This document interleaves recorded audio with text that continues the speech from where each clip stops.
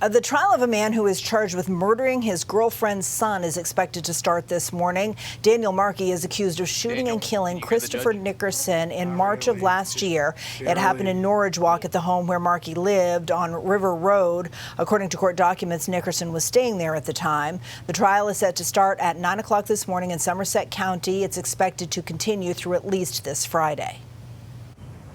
2 teens are facing charges after officials with the Penobscot County Sheriff's Office say they stole multiple vehicles. They say they received a report in July of an abandoned vehicle that was determined to have been stolen from Orrington. In the weeks that followed, authorities received additional reports of stolen vehicles. And then investigators said in a Facebook post yesterday they recovered the vehicles and identified a 14-year-old from Brewer and a 15-year-old from Orrington as suspects. Both are facing charges of motor vehicle burglary, theft, and unauthorized use of property. They're also reminding residents to lock their vehicles' doors and never leave their keys inside. In Hallowell, police are addressing an incident they say is being widely circulated across social media that involved the Quarry tap room and a patron. The allegation is that a member of the pub's security team assaulted the patron. Hallowell Police Chief Zach Kinderlin said in a Facebook post that the department is committed to remaining neutral as it investigates the incident. He says a full investigation is underway and that all sides are cooperating. Kinderlin also says that a report will be forwarded to the district attorney's office. We called the Quarry tap room yesterday. A staff member told us the owners were not available for comment at that time. We've also reached out to the Hallowell Police Department, which says it will get back to us.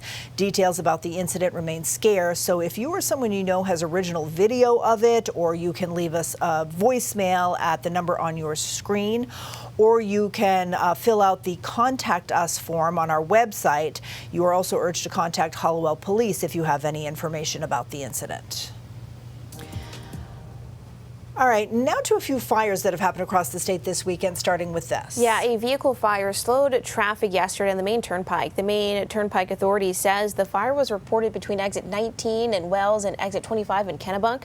Officials say the vehicle fire blocked the right lane going northbound. Details about the cause and full impact have been limited, but we'll bring you any updates as we get them on air and on our website. Some people in Windham lost their home to a fire. That's according to the Windham Fire Chief, who told us the home that you see here is believed to be a total loss. Officials with the Windham Firefighters Union say that the fire happened on Caitlin Court in Windham early yesterday morning. 5 adults made it out safely. No one was injured, but they say a cat died in the fire. Fire crews were able to get it under control in about half an hour. And a cat is safe this morning after getting stuck inside during a garage fire at a home in Hancock. Officials with the Hancock Volunteer Fire Department say the fire happened early yesterday morning on Acadia Lane. They say everyone made it out safely, but they had to rescue the cat who was still inside.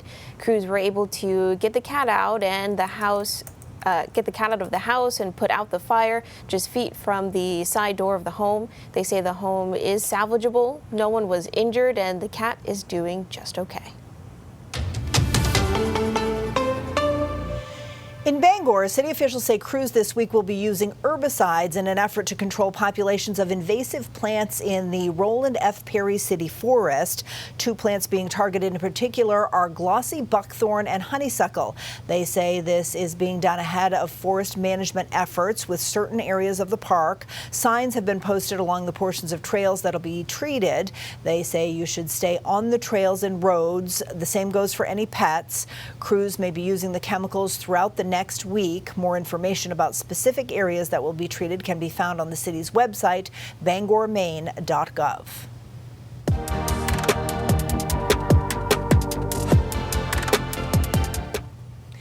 There's a program a Maine-based nonprofit has that's helping disabled veterans get back to activities they once thought were out of reach. Yeah, News Center Maine's Drew Peters shows us how it's helping one Navy veteran reconnect with his family.